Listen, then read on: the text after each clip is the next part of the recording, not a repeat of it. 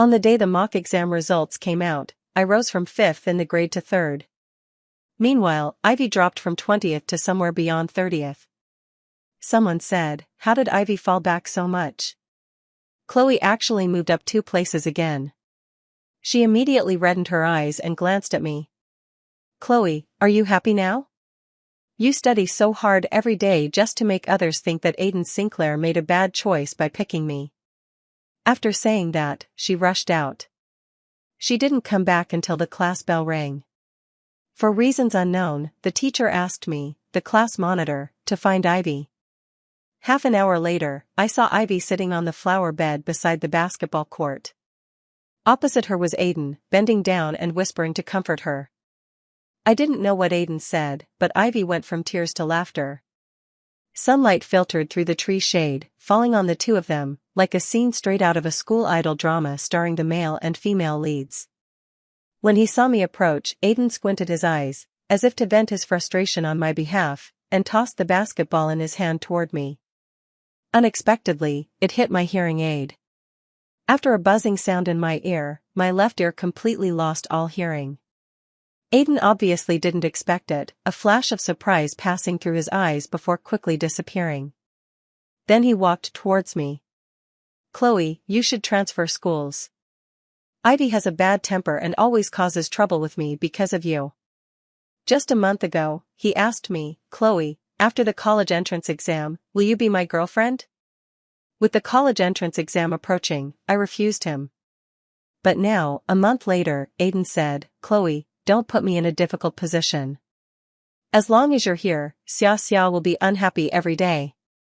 You don't want to make things hard for Uncle, do you? My dad works at Sinclair Group.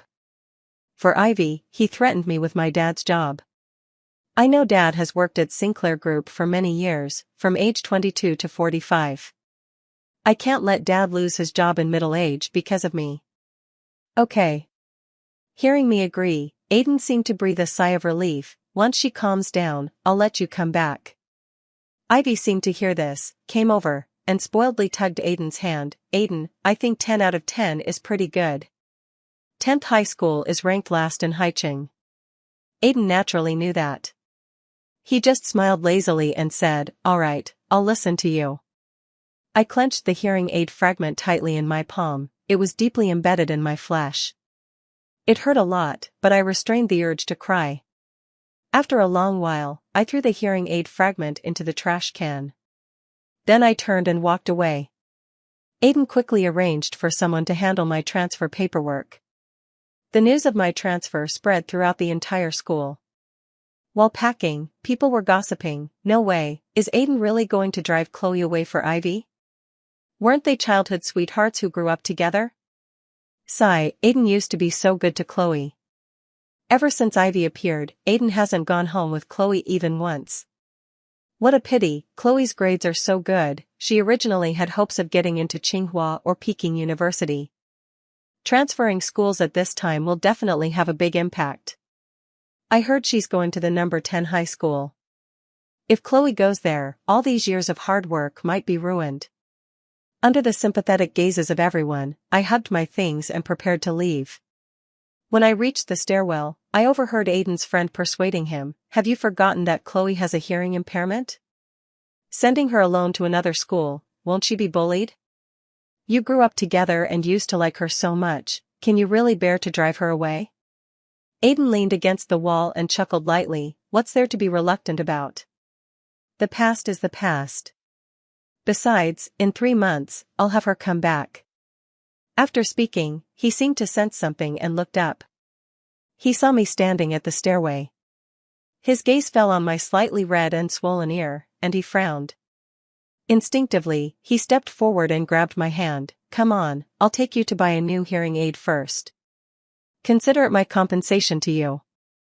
I shook my head. "No need, that hearing aid was originally a gift from you. Now, we're even." The moment he broke my hearing aid, the sharp pain in my ear made me resolute. I no longer wanted any entanglement with Aiden. Aiden was stunned. That hearing aid was the gift he gave me on his 17th birthday. The Sinclair family never indulged their children with extravagant spending, and Aiden's pocket money was not much either. This hearing aid was something he bought for me after working 2 months of summer jobs last year, spending all his pocket money on it.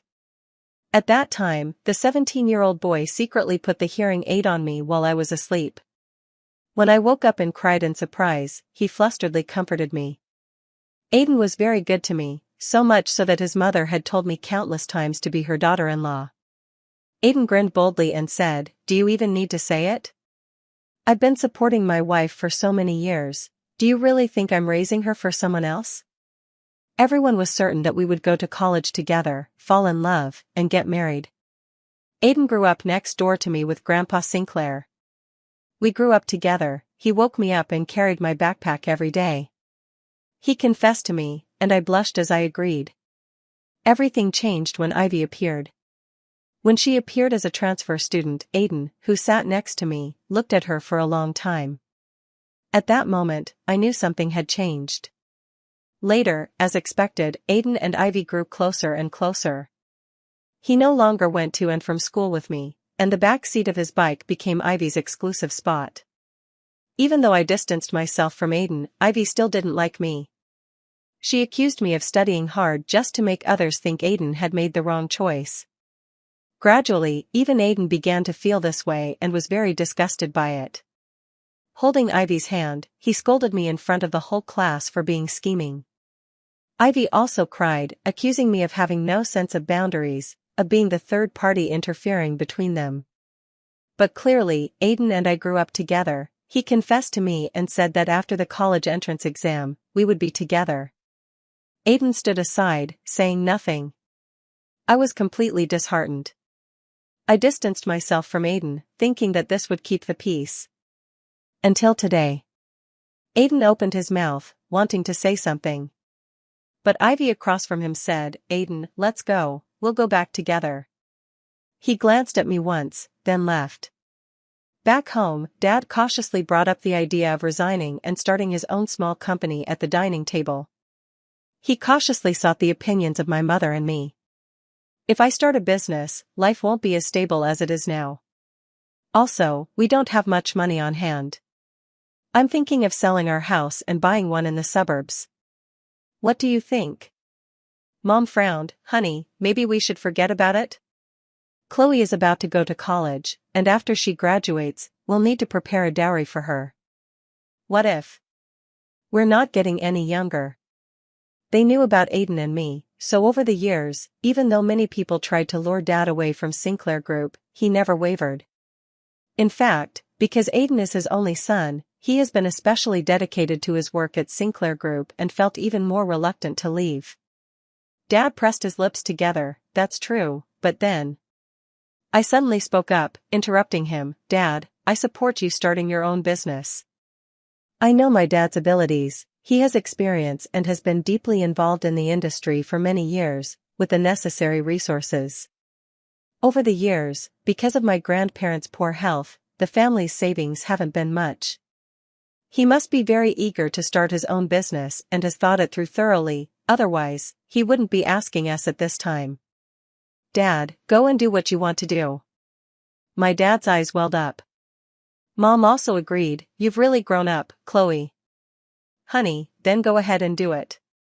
After everything was settled, Mom immediately contacted the real estate agent. Although the house was old, it was in a central location, and with the fair price Dad offered, the contract was signed quickly. The new homeowner agreed to let us stay for a few more days. Every day after work, my parents went to the suburbs to look at houses. Until my birthday arrived. My mom left work early and asked me to deliver a few birthday cakes to the Sinclair family. I hesitated for a moment. But under my mom's urging, I walked to the door of Aiden's house. She didn't know that it was Aiden who forced me to transfer schools. After all, Aiden always said it was my own decision to transfer. Although she didn't agree, when she saw the transfer notice already processed, she sighed and didn't say anything more. The door was opened by Aiden's mom. Seeing me, she was very happy. "Chloe is here." Mom asked me to deliver the cake." As soon as I finished speaking, I heard a burst of laughter coming from Aiden's room. It was Ivy's voice. Sure enough, the door opened, and Ivy, wearing a cool little skirt, walked out of Aiden's room. The aunt looked embarrassed. "Chloe, she's someone Aiden brought back." I knew what she wanted to say and shook my head. "It's okay, Auntie. The things have been delivered, I'll be going now." After saying that, I left first. I heard the aunt's reproachful voice behind me. "Aiden, aren't you going too far? Didn't you used to like Chloe? You're going to hurt her like this. Chloe must be angry." Then came Aiden's casual voice, "Let her be." Early the next morning, my parents and I went to the new house with the moving company. Due to budget reasons, my dad chose a second-hand house that was still in good condition. Conveniently, it was very close to number 10 high school. On the day I went to number 10 high school, I refused my parents' offer to accompany me. I knew my dad was just starting his business and had many things to handle. So I went to number 10 high school alone, carrying my backpack. The homeroom teacher was a chubby, bald man who smiled warmly at me. When I reached the classroom door, it was noisy inside. Because I couldn't hear with my left ear, my right ear was especially sensitive, and I was startled by the sound of someone dropping a chair. The homeroom teacher smiled reassuringly and said, "Don't be afraid, wait at the door for a moment." After saying that, he put his hands on his hips and rushed inside, loudly shouting, "Everyone, be quiet." No one paid attention. His face turned red, "Or I'll call your parents."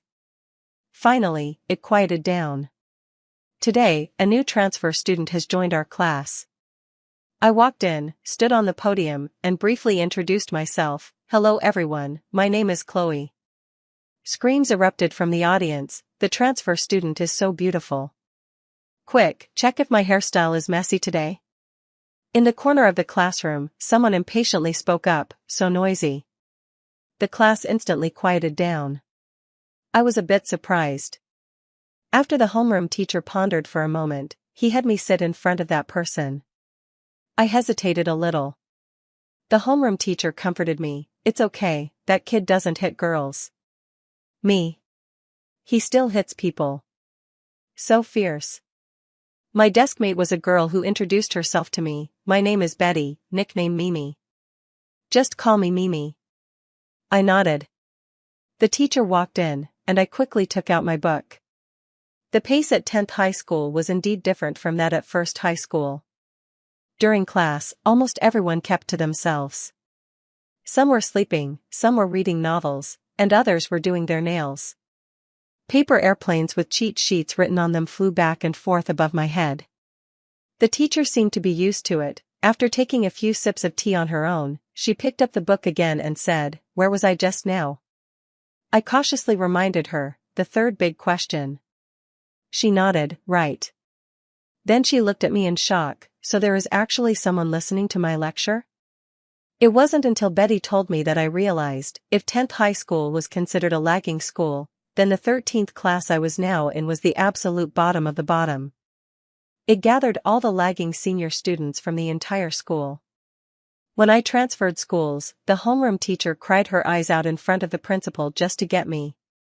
Watching Betty eat ice cream during class, I felt for the first time how bizarre yet full of life this world could be.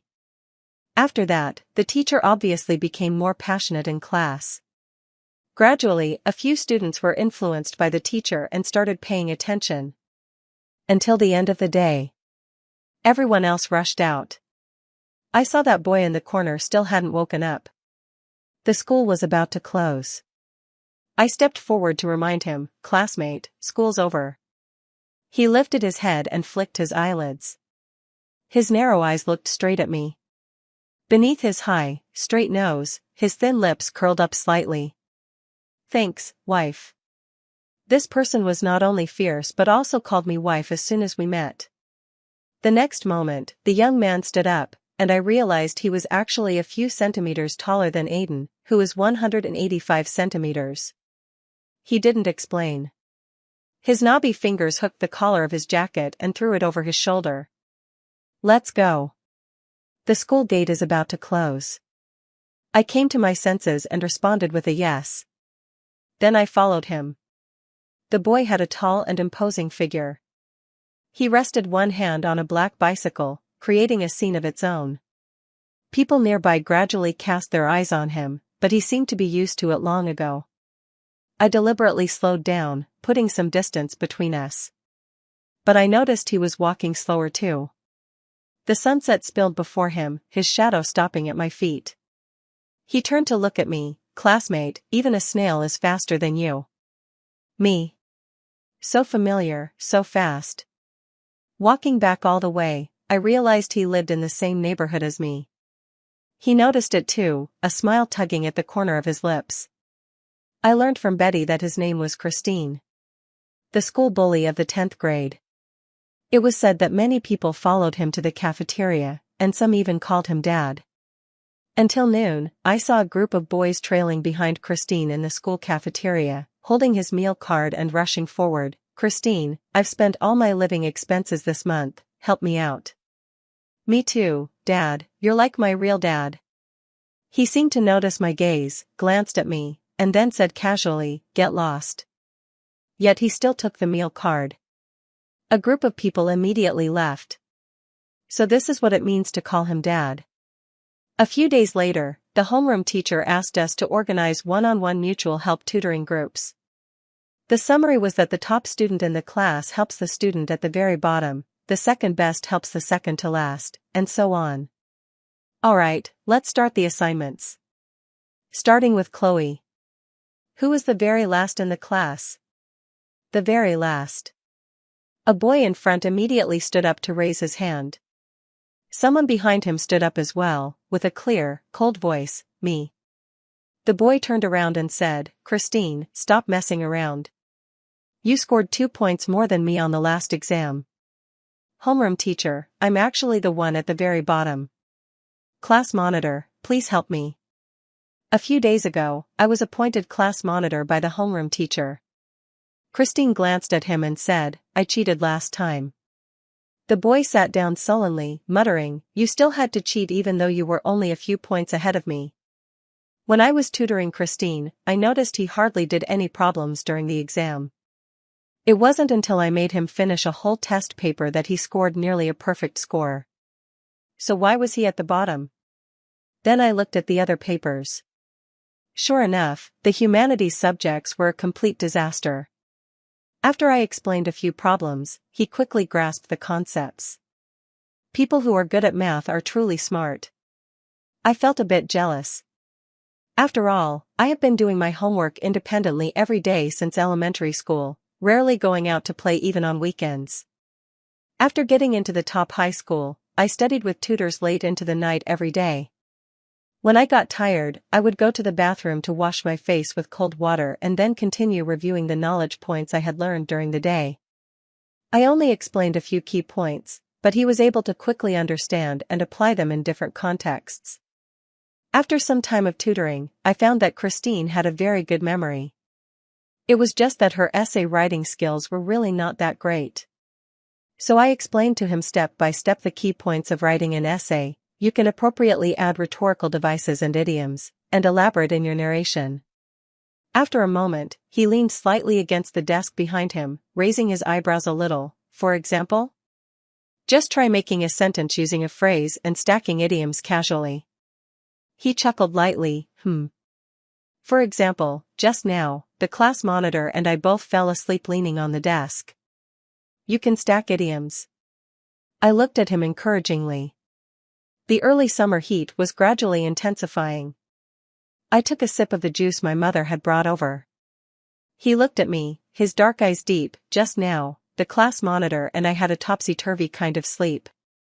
Pfft. There are still half a month left until the college entrance exam. Almost every day, there are several mock exams. The homeroom teacher changed the last self-study period into free time. Betty leaned close to me and said, when the college entrance exam is over, my crush will be separated from me. What they call the exam season is clearly the season of unrequited love ending. I recalled the last time I happened to pass by the playground. She pointed at a boy and told me he was her crush. A boy with glasses thicker than a beer bottle lens, always holding a book. Betty ran to bring him some water, but he just glanced at her and said, give up, Betty. I won't be with a bottom-ranking student like you. I originally wanted to comfort Betty, but she said, as expected of a cold and aloof top student, really so cold, but I like it so much. The school infirmary hasn't tested students' eyesight for a long time, has it? Betty seems to have poor vision. Chloe, do you want to fall in love? Love. I paused my pen. The breath of someone behind me brushed against my neck. It seemed they were also waiting for my answer. I shook my head. Rather than falling in love, I'd rather do another set of the 53 questions. Late at night. Christine sent me a message, 5353, all you know is 53. Does he look as handsome as me? Does he have abs too? Attached picture, a photo of dripping abs. The pale lower abdomen is clearly defined. Then there were 3 messages that were retracted. The next day on the way home from school, Christine couldn't help but corner me in a nearby alley. Chloe. Let's talk after the college entrance exam. Talk about what? He crossed his arms, leaned in, and stared straight at me. Love. He really likes me. I pressed my lips tightly. No. You only scored 3 points on the essay. He scratched his head, looking aggrieved. So what? I curled my lips into a smile. You have to reach the average score on tomorrow's mock exam essay. Christine gritted her teeth. All right. My phone vibrated in my pocket. I took it out, but accidentally swiped to answer. Aiden's voice came through the receiver. Chloe. Pack your things, we're going back to number 1 high school tomorrow. The condescending tone of Charity always felt a bit strange. It was as if the moment he spoke, I was supposed to obediently pack up and happily go back. I looked utterly confused. Just as I was about to hang up and speak, someone spoke first beside my hearing aid. Baby, you have to close your eyes when you kiss. Also, don't answer calls from strange men. Aiden's voice on the other end was tinged with anger. Who are you? Chloe, pack your things and come back quickly before I change my mind. I looked up, staring at Christine's unruly face in front of me, without explaining. No, I'm doing fine at 10th high. Aiden laughed angrily. Chloe, at times like this, you'd better not be mad at me. A place like 10th high, are you really planning to stay there until the college entrance exam? Isn't your dream to get into Tsinghua or Peking University? So, he knew my wish was to get into Tsinghua or Peking University. He knew the educational resources at 10th high were poor. But on what grounds? He forced me to transfer away in disgrace. And with the college entrance exam coming up soon, he wants me to go back now. I simply hung up the phone and blocked his number. When Aiden called back again, he was met with the official customer service response. He had been blocked by Chloe. For more than 3 months, he hadn't seen Chloe again. When he forgot to eat breakfast, no one would prepare it for him. He always felt a bit uneasy. Even when he was with Ivy, he would often look back, but he could no longer see that figure who was always behind him. He thought it was simply because he had grown up with Chloe, and suddenly being apart felt unfamiliar. He didn't think too deeply about it. Every night after returning home, he would still stand under Chloe's apartment building, watching the light in her room, only then feeling at ease. She was just sulking. The classes at 10th high started later than at first high, and in over 3 months, he had never run into Chloe even once. But recalling the boy's voice that had just come through, he still cared a little. Then he thought, Chloe likes him. So when he confessed to her, she blushed and nodded in agreement.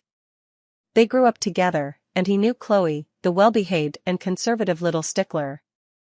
There was no way she would fall in love in a place like the 10th middle school, let alone kiss someone. She must have deliberately let people say that to make him care. Thinking of this, he felt a slight relief in his heart. Yet he still went to the building below Chloe's home, and only when he saw a shadow moving behind the curtains did he finally let his mind rest. After the mock exam ended, Christine cornered me in the equipment room. Average score. I saw it. But it has to be after the college entrance exam. No early romance. And now the college entrance exam is about to start soon. He nodded in agreement. In the following period, our review sessions grew longer and longer. Christine never approached me again. Every morning, a bottle of milk would appear on the desk. On my way home at night, he would follow me from a distance, not too close, not too far behind. The day the countdown on the blackboard was erased, the college entrance exam finally arrived. After returning home from the exam, I recalculated the answers. Feeling somewhat confident, I slept for 3 consecutive days at home. Except for washing up and eating, I spent all my time sleeping. My parents were busy with company matters and didn't stop me, they simply left me a stack of money to manage on my own. When I went downstairs to the supermarket, Christine was standing right there. Hearing the sound, he looked at me with burning eyes. "What are you doing here?" He stepped forward, sunlight shining on him, making him look especially dazzling. "I came to see my girlfriend and talk about our relationship." "Isn't this what they call puppy love nowadays?" I blinked. "What are you talking about?" He smiled, his fingertip precisely landing behind my ear. Even with strands of hair covering it, he still pressed down on my hearing aid. "I know you're wearing a hearing aid. You wouldn't be thinking of backing out, would you?" He gritted his teeth, as if I just had to admit it for him to come up and bite me. I mumbled indistinctly, "No." He straightened up and cleared his throat lightly. "That's good. Let's go, on our date." The boy laughed boldly and freely. After the college entrance exam results came out, the homeroom teacher sent a message in the group chat, inviting everyone to gather one last time. He was treating. This time, everyone's exam results were much better than he had expected. The group chat was filled with cheers. The time was set for 7 in the evening.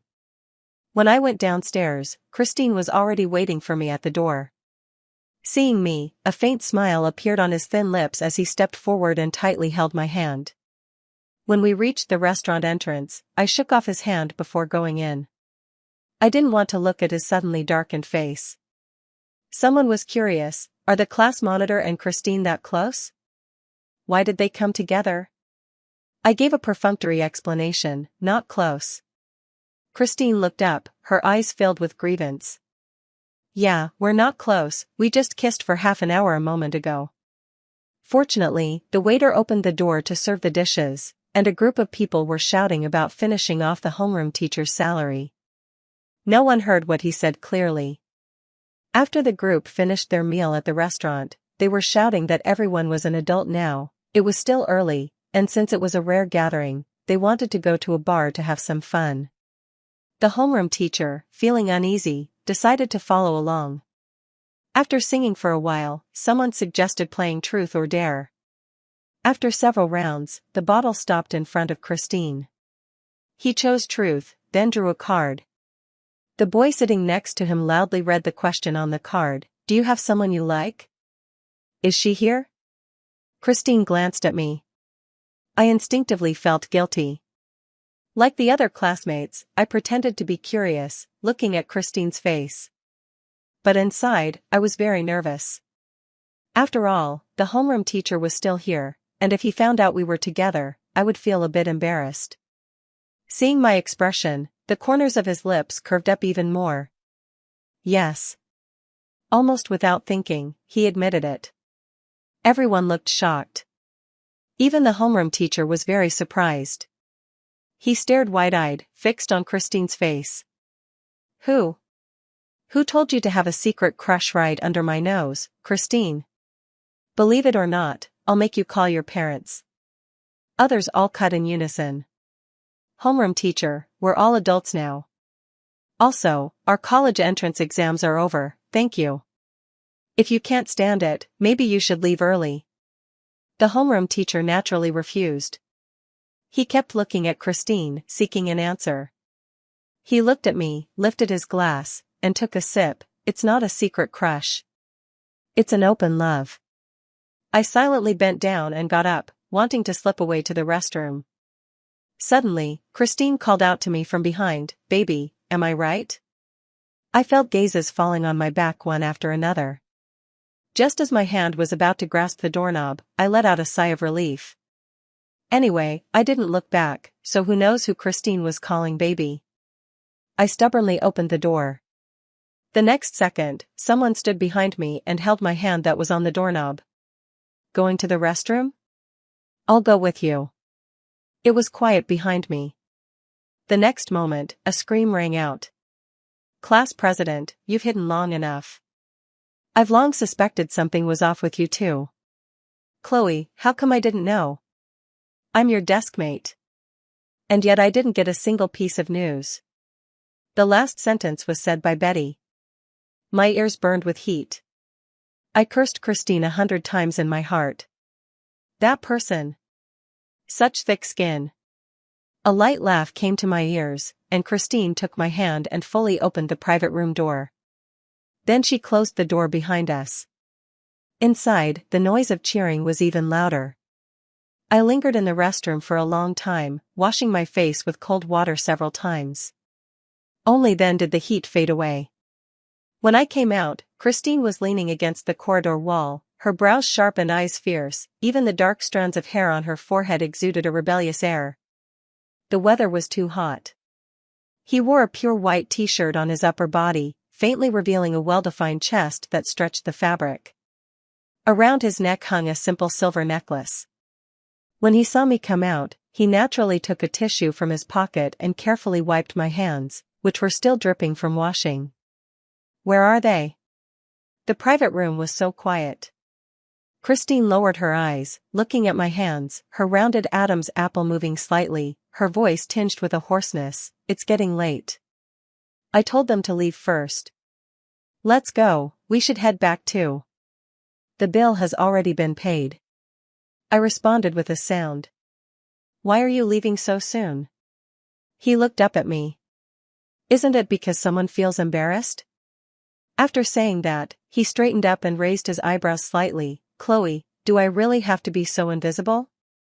You have to give me some kind of identity. A trace of grievance clearly flashed in his eyes. I knew it. The truly hard-to-please side had appeared. I tugged at the corner of his shirt, but he remained unmoved. I glanced around to make sure no one was nearby.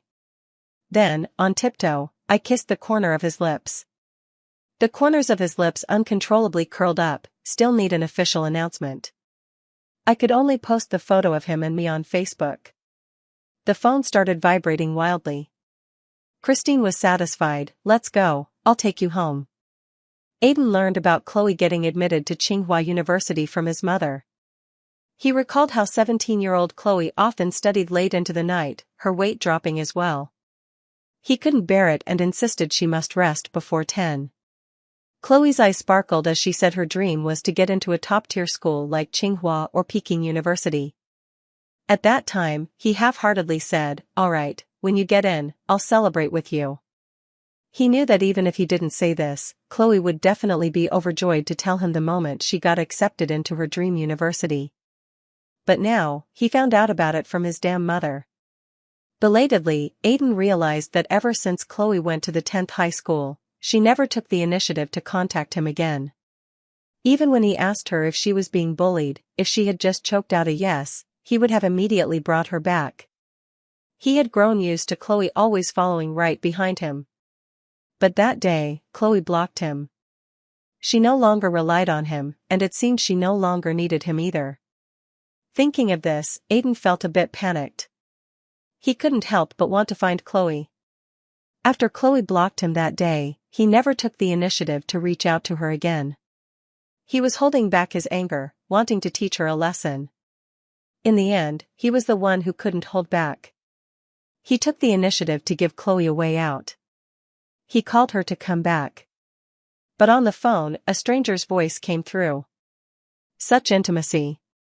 But he knew that Chloe was obedient and conservative. In a place like that, she wouldn't like the people there. Ivy also said that Chloe was just trying to spite him. But now, the college entrance exam was over, and Chloe seemed to have completely disappeared from his life. He walked to Chloe's doorstep, her room light was still on. Aiden breathed a sigh of relief and knocked on the door. Someone came out to open it. He tried hard to control his expression. "Auntie, I'm looking for..." Before he could finish, he stopped. He looked at the unfamiliar middle-aged man and woman in pajamas standing before him. Who are you? Why are you in Chloe's house? The couple frowned at him. What, Chloe? This is our home. His face looked a bit pale. This is clearly Chloe's home. The couple thought for a moment and explained, you mean the previous owner? The previous owner? Yeah, we bought this house more than 3 months ago. What about them? Where did they move to? How would I know? After saying that, the couple closed the door. Aiden stood at the doorway, looking confused. Chloe moved out? Why didn't he know? Why didn't she tell him where she was going, and whether she was never coming back? He wanted to go back and ask clearly, but his phone beeped. His friend sent a message, take a look at Chloe's Facebook. She made an official announcement. Aiden opened Chloe's Facebook. She rarely used social media, and it was even rarer for her to post on Facebook, so his number was blocked, but not on Facebook. Today, as soon as he clicked in, he saw a photo of her with a boy. The boy wore a white short-sleeved shirt and black suit pants, his dark messy hair at the forehead full of defiance. He lowered his brows and looked at the girl beside him, who wore a white dress. The two stood under a large banyan tree, perfectly matched. Her caption read, Diary of a Little Puppy. When Christine dropped me off downstairs, I fell asleep in the car. Baby, we're here. I opened my eyes and saw, under the dim light, his fair and slender neck, with a rounded Adam's apple gently moving. Instinctively, I wanted to leave something there. So I kissed it. He was stiff all over, breathing more rapidly. After a moment, I realized and let go, leaving a faintly reddened mark there. His eyes were pitch black and deep, as if he wanted to devour me. Suddenly, I remembered a sentence I once saw in a post. Boys at the age of 18 or 19 have minds full of things they cannot control. They can't withstand being ignited. I opened the car door and jumped out, about to run home.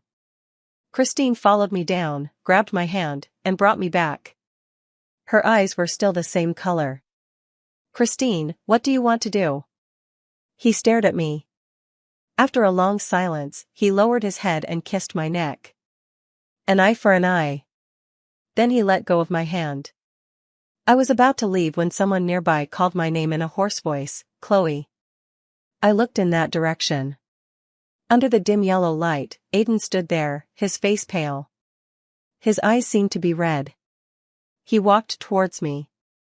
Let's talk. I didn't expect to see Aiden again. After all, my dad resigned, and our whole family moved away, cutting off all ties and entanglements with him. I sighed, no need. There's nothing to talk about between us.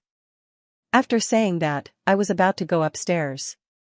He stepped forward, his voice pleading, just for a moment, okay?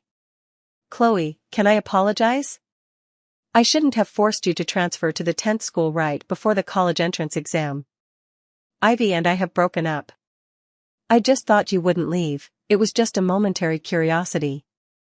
Ivy and I never officially started, and I've already cut ties with her. Can we make up? If you go back, we can still be like before. There's no going back, Aiden. I didn't want to listen any further. I tugged on Christine's sleeve. He lowered his head and rubbed my head, you go upstairs first. I responded and strode away. Aiden behind me tried to catch up, but Christine held him back by the shoulder. I heard the sounds of Aiden and Christine fighting, but I didn't stop walking. In the alley, a fierce boy who could take on 10 at once, what do I have to worry about? But I heard their conversation, who do you think you are? Chloe and I grew up together as childhood sweethearts, you know? Accompanied by Christine's cold voice, oh. But so what? Her boyfriend is me. When it comes to childhood sweethearts, Chloe and I. The elevator doors closed, and I could no longer hear what came next. Aiden didn't say anything more. The corners of his lips were bruised purple. That kid really hit hard. He heard Chloe going upstairs to call Christine. Her voice on the other end was soft and gentle, you're not hurt, are you? He finally realized that Chloe no longer cared about him. Once upon a time, after he came back from a fight with someone else, worried about being nagged by his mom, he simply went to Chloe's house. Back then, Chloe carefully applied medicine to his wounds with a cotton swab. Does it still hurt? He once believed that as long as he turned around, Chloe would be right behind him. He was so confident and certain. But in the end, after leaving number 1 high school, Chloe completely let go of everything. She had a new boyfriend. He recalled Chloe leaving number 1 high school, her back stubborn, her ear bruised purple from being hit by a basketball. His friend sighed and advised, "Aren't you afraid she might never come back?" He sneered inwardly. Chloe's father worked at his family's company. Her home was near his. Everything about Chloe was inseparable from him. It was just a transfer to another school. How could she not return to his side? Under the sunset that day, his friend said, "Aiden, your childhood sweetheart might also become someone else's treasure." He didn't take it to heart then. Now, looking back, it was so ironic. His childhood sweetheart had indeed become someone else's treasure. Christine and I got engaged during the summer before our junior year started. On the day of the engagement, Christine's parents also came. After being with Christine, it was the first time I met his parents. He only told me that he grew up with his grandparents in the old house. As for his parents, he only said they divorced when he was 7, beyond that, he never mentioned anything else. Christine's mother had returned from abroad, dressed elegantly. And her father, from the moment her mother appeared, never took his eyes off her. Until my mom walked over, somewhat surprised, and asked, "Are you Linda who used to live upstairs from us?" Only then did I realize that Christine's family had once lived upstairs from my home. Later, after his parents divorced, Christine moved away. Then, that apartment was put up for rent. Gradually, I forgot about that little boy. Until Aiden's family moved in. I often habitually went upstairs to play with him. I recalled that there seemed to be a little boy upstairs who often used his pocket money to buy me candy. He would also say, "If you eat my candy, when you grow up, you have to be my wife." The little boy's innocent voice echoed in my ears. I looked at Christine in surprise. I remembered the day he fought with Aiden. He said, "When it comes to childhood sweethearts, Chloe and I are the real ones. When we first met, you didn't even know where you were." It turned out that what he said was true. I remembered again the day he transferred schools, when he said to me, "Thank you, wife." He smiled so boldly. After the wedding banquet, I received an anonymous gift. A property transfer agreement. Aiden's name was already signed at the bottom. After I went to study at Jean University, Aiden came to see me a few times. But Christine guarded me closely, and I refused to see him. He could only stand under my dormitory building, staying night after night. Later, I heard that he went abroad and was accidentally caught in a shooting incident, injuring one of his legs. Ivy often asked about Aiden in the group chat. At first, her college entrance exam results were not ideal, and she eventually got into an art school in the South as a dance student. Not long after, she changed several rich second-generation boyfriends. But every relationship ended in failure. She tried to contact Aiden, who was far abroad, but Aiden never replied to her. Christine came out of the bathroom wearing nothing but a towel around her waist. Seeing the name already signed on the agreement, she sneered, "A thief's heart never dies. Keeping this thing really is annoying. What does it mean that he gave me these?" I threw it into the trash can, then wrapped my arms around Christine's waist. He lowered his head, his eyes darkening. "Baby, do you want it?" Even though we had already started, how could he still be like this? Scoundrel. After a long silence, I nestled in his arms and changed the subject. "So, you recognized me the moment you first saw me?" Christine lowered her head and rubbed my head, "So you like me because of something from childhood?" He retorted, "No, Chloe. To me, you are my childhood sweetheart and also, love at first sight. At this moment, I am incredibly grateful. My world, after all its twists and turns, still comes back to you." After graduation, Christine and I smoothly registered our marriage. When we returned from our honeymoon, my parents had bought a townhouse villa in the suburbs to retire. Worried that some old belongings might be damaged by the moving company, the two insisted on moving themselves. On moving day, Christine took me along to help. The cardboard box in my mother's hands tore open at the bottom due to dampness and age, and all the contents fell to the ground. I stepped forward and saw that these were all my high school books. My fingertips landed on a leather-bound yearbook. On a whim, I opened it and flipped through a few pages. Every page was filled with blessings from my classmates at 10th high school. Wishes for my success in the college entrance exam, hopes that I would get into Tsinghua or Peking University, and wishes for my happiness. Below were their own wishes for themselves. Half hoped to become rich and beautiful in the future, while the other half hoped to become a female star or male singer. My fingertips landed on the last page. It was Christine's. At that time, all the classmates were writing in the yearbook, passing it around one by one. The classroom was a mess everywhere. I was busy leaving blessings and contact information for other classmates and hadn't looked through the pages one by one. So this was the first time I saw Christine's page. His handwriting was like his personality, every stroke full of defiance. His message to me was a hope that I could get into Tsinghua or Peking University. In the very last section labeled wishes, he only wrote, "Marry you."